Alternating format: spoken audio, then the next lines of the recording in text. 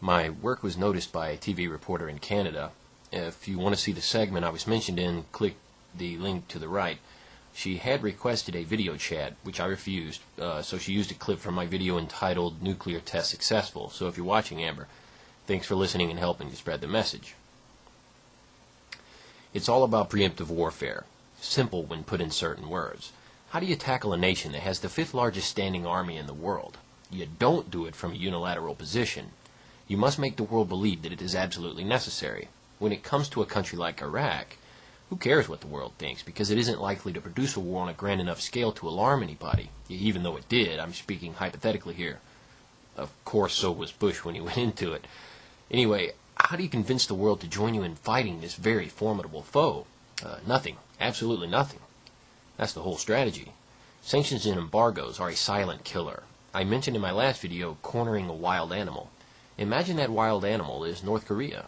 Imagine the entity cornering it as what amounts to the entire world. China was really the only nation standing by the DPRK in fair weather because of their bond as communist countries. China also being afraid refugees will pour through its borders, creating a humanitarian crisis on its side of the fence. Well, China turned out to be not so influential after all. This animal still felt cornered. Bush lost international respect with his invasion of Iraq. The whole thing being a sham, fake facts, and making a bad problem much, much worse. It's funny, Saddam was the only thing keeping Iraq in check, and it seems that immediate area of the Middle East as well. So previous to this month, why would anyone in the world listen to Bush? Honestly, they still won't. I saw an article earlier in the AP that says Kofi Annan of the UN has said, U.S. and North Korea should talk. I've always argued that we should talk to parties whose behavior we want to change, whose behavior we want to influence. Ironically, this is what the cornered animal was asking for. It seems some of my bashing of the UN was a slight bit misplaced. Kofi Annan is showing some wisdom here. I'll tell you why. The U.S.'s arrogance will expect the world to simply follow along with more and more embargoes, cornering the North further, eventually setting them off like a bomb. That pun is stressed. This is the U.S.'s plan. Then they won't have to ask anyone. They'll simply attack and no one will argue. So when they tested the bomb, the U.S. was thinking that diplomacy was over and the world would agree. I would like to give a virtual high five to Kofi right now. That was stupid. Think about it. North Korea for months have been asking for direct talks with Washington. Then they test a nuke. The U.S. thinks, all right, no more talking. Let's embargo. But wait, who was refusing to talk here? It certainly wasn't Kim Jong-il. After his pullout of the Non-Proliferation Treaty, he initially went in for the six-party talks, but they stalled. It appears to me that Pyongyang saw them as ineffective, and that direct talks with Washington would somehow help. Whether this is true or not, no one will ever know, but it was the White House that said no. Maybe Kim knew that, which is why he asked for them. Great minds think alike, right? No, we will not talk to you, Kim. In other words, go ahead and build your nuke. We want you to.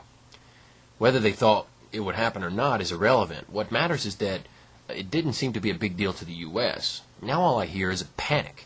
A guy asked me today if I had heard about the North Korea thing. I said, yeah, and he was like, well, what if they nuke California?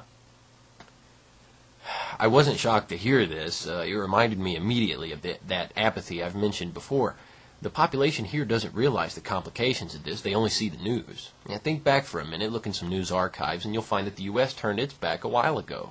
I'm quite sure it was intentional. It is a mastery of propaganda. They are so good at it, they don't even have to produce it.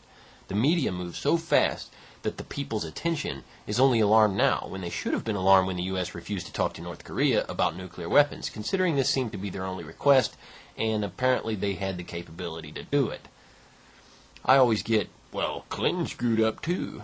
Well, in rebuttal to that, every single U.S. president I can readily think of screwed up, not to mention Congress and Senate, so save all that for a Democrat. This is the Bush administration's direct screw-up. Now, foreign policy over the past 40 years obviously led up to it, but Bush pulled the short straw on it. Would these direct talks have solved anything? Don't know. There really wasn't a problem then, now was there?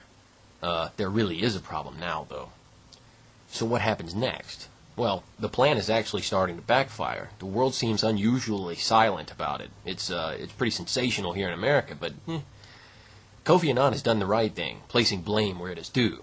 The U.S. could have at least taken the call this time last year to see what Kim Jong-il wanted to say. But that wouldn't work out in the end now, would it? I don't think this subversive strategy will work out for the U.S. at this point. But then again, it really could. Their continued refusal to talk to Kim is making them look worse by the day. Unfortunately, these talks may be completely useless now. And if it does work out in the U.S.'s favor, unfortunately, the world will forget this whole mess, in between the test and the lead up to war. Yeah, that's just the nature of people for you.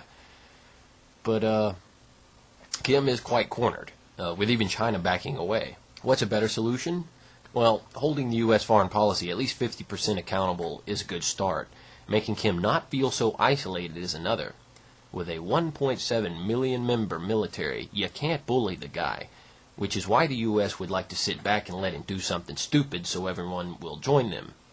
I hope that doesn't happen. I hope Kim is encouraged to moderate. I hope even more that the U.S. is encouraged to moderate, which is something they're not necessarily inclined to do, ever. One quick thing about solutions. Which is better? To not have a solution to a problem and minding your own business other than, doing things that you and the world think is right, or having a solution, which has historically been to wage war against someone or threaten them with one, perhaps some embargoes that make the population suffer, or generally just wreaking havoc to diplomacy. I pick option one, minding my own business, doing what I think is right, which is encouraging peace, diplomacy, looking for ways out of situations rather than sinking myself deeper by taking actions which encourage actions of the same caliber. Not to mention remembering the mistakes of the past and taking careful steps not to repeat them in the future. I mean, in Bizarro world, I'd be a politician. 'Cause this is my United States or whatever.